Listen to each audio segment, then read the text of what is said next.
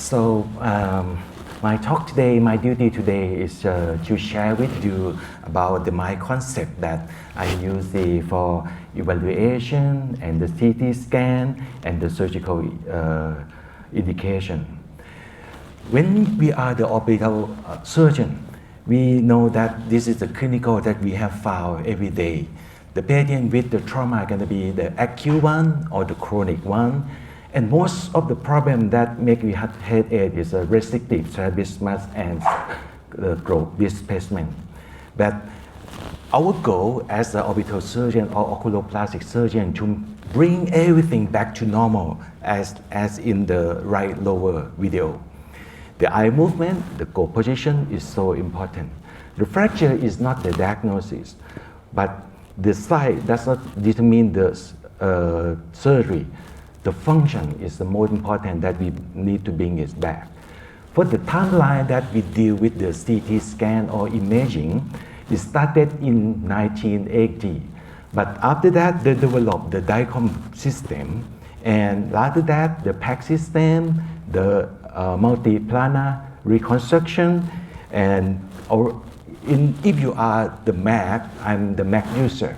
They have the application named Osiris. And then develop to be Horos. You can get this one download and free. And if you are the Windows, they have another one also. Nowadays, we can use the application to our own and create the 3D imaging, and be more understanding. And in the future, I think the AI and can be developed many insulating issue in the future. This is a software in the Mac. On the left-hand side, I would recommend the Horos and the Osiris. And if you are the Windows user, you download about 3D slicer. This is one of the best. For the indication, for the conventional indication, we all know that this is an indication. Diplopia, orbital tissue entrapment, is no improvement in 2 weeks. Enophthalmos more than 2 or 3 millimeter, proptosis, large defect more than 50%, or any rim fracture. But the concept nowadays, in my own concept, it makes everything is so easy and practical.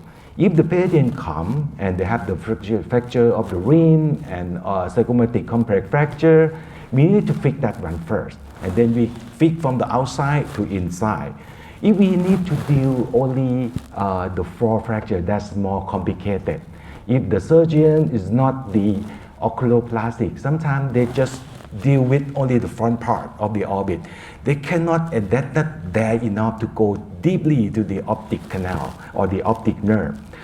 This is the classification that I use in my practice. 1, 2, 3, 4, 5. We can fix with the simple orbital implant. It's going to be commercial one. But if you have found with the grade 6, they're going to be the very bad fracture, no support at all. So we're going to see the two issues that I want you to bring it back today when you see the scan. The first one is the orbital stud, and second is posterior ledge. As we know that we need to have 4 points at least for the support in the concept. Medial orbital rim, lateral orbital rim, and inferior-medial orbital stud, and posterior ledge. This one. Let's start with the orbital stud. The orbital stud we divide to be 3 parts, anterior part, mid part, and posterior part. And for the posterior ledge, it's so important that when we do let me start with this one, sorry. This is the orbit. When we create the user application to create the fracture, we're going to see the orbital plate of the palatine bone and the body. This one going to be the big important part. If you cut with the application and you can learn about the cross section number 1, learn about the axial view and see the area of the intact of the palatine bone. This will be the very important support part in the back. If the palatine bone or the posterior leg have been fractured, we have the difficult time. Sometimes we put the implant in the back part gonna drop inferiorly. So at least we need the 3 point for the support. When you put the commercial implant, maybe titanium or the PMMA, we need the 3 support.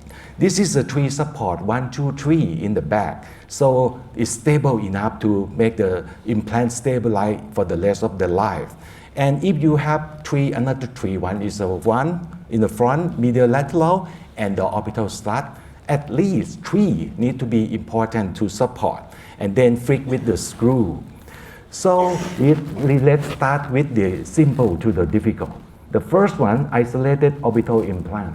This is 51 gentleman have the motorcycle accident, and even though he put the helmet, he got the big fracture on the orbital floor. And they have the marked double vision, restrictive strabismus in the vertical dimension. You see deep superior sulcus on the right side. And he have double vision all the time, even though he make the primary gaze or reading or up gaze. So he cannot live with this. So we start to do the CT scan and evaluate. This is the axial view. We see the orbital plate of the palatine bone. In this case, you see it's positive for the orbital plate of the palatine bone. So this is going to be the easy case. So the next one, you see with the coronal view, you see the strong intact of the orbital strut. This is going to be the good clue that we're going to be happy when we do the surgery. Last one, the sagittal one, we see the normal slope of the orbital floor first. It come up about 20-30 degrees. In this gentleman, he got the 50-60% of the floor fracture. But the good point, the good news is the upper orbital stud is good enough, and the posterior leg is good enough. So it's going to be easy and stable when we perform the surgery. Next one, if the large orbital floor and medial wall fracture without the support, how can we see with the scan? And this lady, she is a drum major. When her colleague throw the drum major and hit to her orbit, they have a really big fracture for the whole thing. And her globe got posterior globe displacement significantly.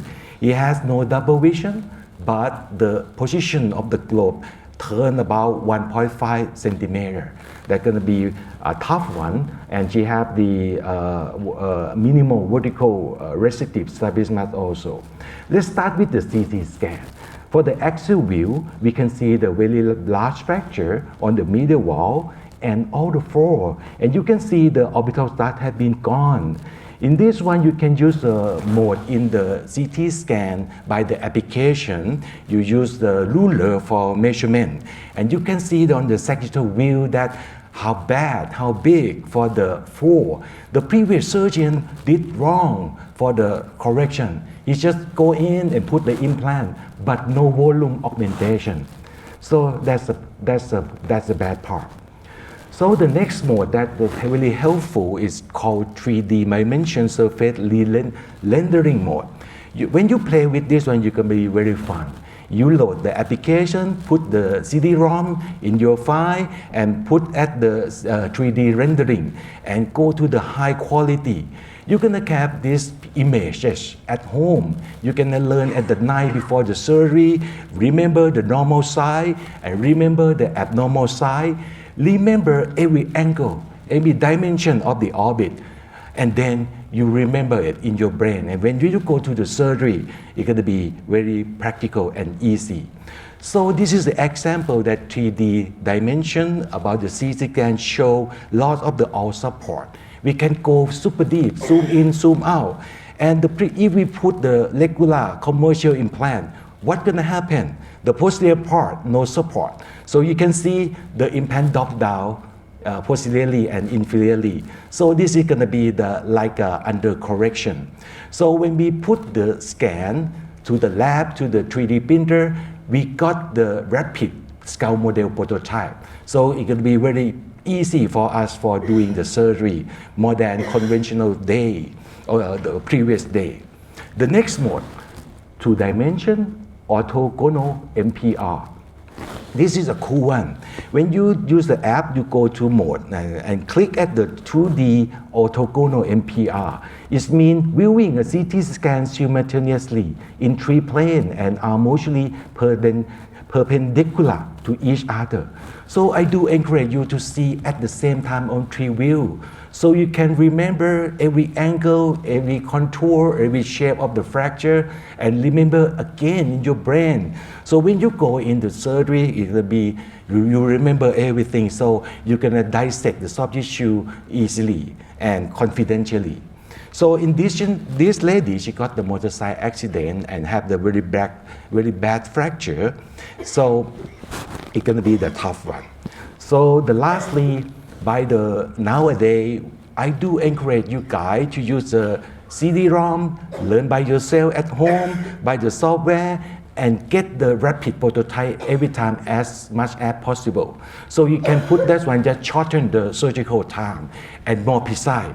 When 20 years ago, when I graduated the fellowship, I just used the 3 axial chronosectional and remember and go in and go out with the implant. Nowadays, we got the rapid prototype and sterile in the operation room. And we use that one in the operation, and we put the implant on the skull model, cut it, shape it, bend it, and then put it in one time. No need to bring in and bring out. So that's gonna be stable and precisely. So the last one that's so cool is about the orbital volume calculation.